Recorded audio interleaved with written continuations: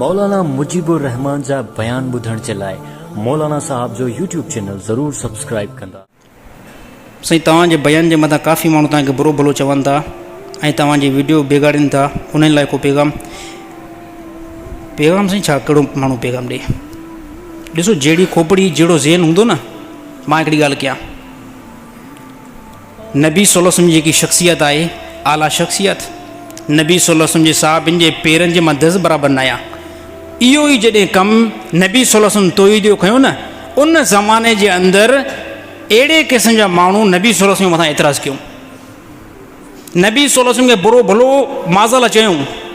हालांकि नबी जे आॾो साहबा जे आॾो मुंहिंजी छा हैसियत आहे, मुंहिंजी छा क्वालिटी आहे। ऐं जेके बि बंदा मूंखे घटि वधि ॻाल्हाईंदा बि आहिनि न, बुरो भलो चवंदा बि आहिनि न, मुंहिंजो खणी तस्वीरूं बिगाड़ींदा बि आहिनि न, यार मां चवंदो तव्हां सां ज़ाती मुंहिंजी दुश्मनी न आहे।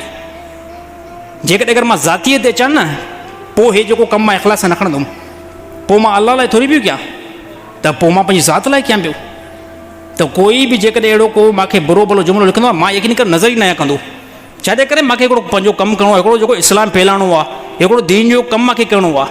त अहिड़ी तरह सेम नबी सल्लल्लाहु अलैहि वसल्लम जे ज़माने जे अंदरि ईअं ई नबी जी केॾी वॾी ज़ात आहे, का नॉर्मल आहे। मां 1400 साल खां बाद में इंतिहाई मां पाण खे गुनाहगार सम्झां थो। मां सम्झां शायदि पोइ हिन मस्जिद में मुंहिंजो को गुनाहगार हुजे ई न। नबी जी ज़ात एॾी वॾी ताज़ीम वारी ज़ात, एॾी वॾी बुलंदी वारी ज़ात, अलाह जे नबी जे मथां अहिड़ा ख़तरनाक एतिराज़ कयूं। माज़ाला तव्हां नबी न आहियो, असां तव्हांखे रसूल ई तस्लीम नथा कयूं। त नबीन जेको कंहिं क़िस्म जो को टेंशन न कयो, नबीन जेको कमु पंहिंजो हलायो, जेको दीन फैलाईंदा रहिया, अहिड़ी तरह उहे माण्हू बि जेको हो बकवास कंदे कंदे नेठि ख़ुदा उन्हनि खे बि जेको जनम रसीद करे छॾियो। त कोई बि हिन ज़माने जे अंदरि कंहिं बि आलिम ते जेको टारगेट करे थो, कंहिं मौलवी ते टारगेट करे थो, शिकिल बिगाड़ो बिगाड़ींदा रहो, मूंखे हिकिड़ो टेंशन थी वियो आहे। मां को ज़ातियत थोरी ईंदुमि भला, हे इस्लाम जो हिकिड़ो कमु आहे जंहिंखे मां खणी करे हलंदुमि। बाक़ी जंहिं बंदे जो ज़हन जहिड़ी खोपड़ी ख़राबु हूंदी न, त उहो बंदो उहो ई हूंदो। जंहिंजी खोपड़ी यानी आउट हूंदी, जंहिंजे अंदरि दिलि जे अंदरि को शिरक जो फॉल्ट आहे, को बिदत जो फॉल्ट आहे न, त उहो ईअं ई रहंदो, उहो ईअं रहंदो। ॾिसो हिकिड़ो ज़हन आहे न, हाणे हिन ज़माने जे अंदरि मूंखे इंतिहाई यकीन कयो हैरानगी लॻंदी आहे।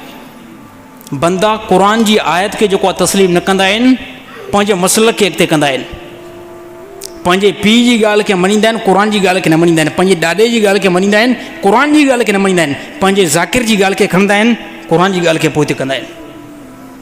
यादि रहे, क़ुर जी हिकिड़ी आयत जो इनकार बंदे खे काफ़र करे छॾींदी आहे। कोई बि मौलवी, कोई बि मुफ़्ती कंहिं बंदे खे काफ़र बणाईंदो न आहे, बल्कि उहो मुफ़्ती ॿुधाईंदो त हे बंदो काफ़र थी वियो आहे। छाजे करे क़ुर जो इनकार, हदीस जो इनकार बंदे खे ख़ुदि ब ख़ुदि जेको आहे काफ़र बणाए छॾींदी आहे।